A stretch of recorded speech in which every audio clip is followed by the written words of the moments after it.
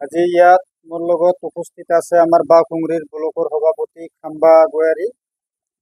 ইয়াতে উপস্থিত আছে আমাৰ বাওকুংৰিৰ ব্লকৰ জেনেৰেল সেক্ৰেটাৰী এডমিন সুমন ভাই।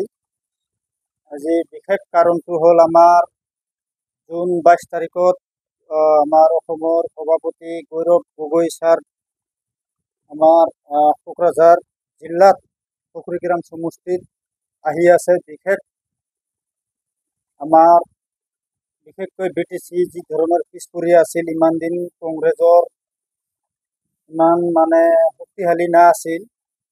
এইবাৰ যিহেতু আমাৰ BTC 40টা সমষ্টিতে কেণ্ডিডেট দিব, তাৰ কাৰণে কি ধৰণৰ আমি BTCটো দখল কৰিব পাৰে বা কি ধৰণৰ আমি কাম কৰিলে কংগ্ৰেছ চৰকাৰটো BTCত আনিব পাৰে, তাৰ কাৰণে আমাৰ গৌৰৱ গগৈ ছাৰ এখন গুৰুত্বপূৰ্ণ মিটিং পুখুৰীগ্ৰামত আমি লৈছোঁ।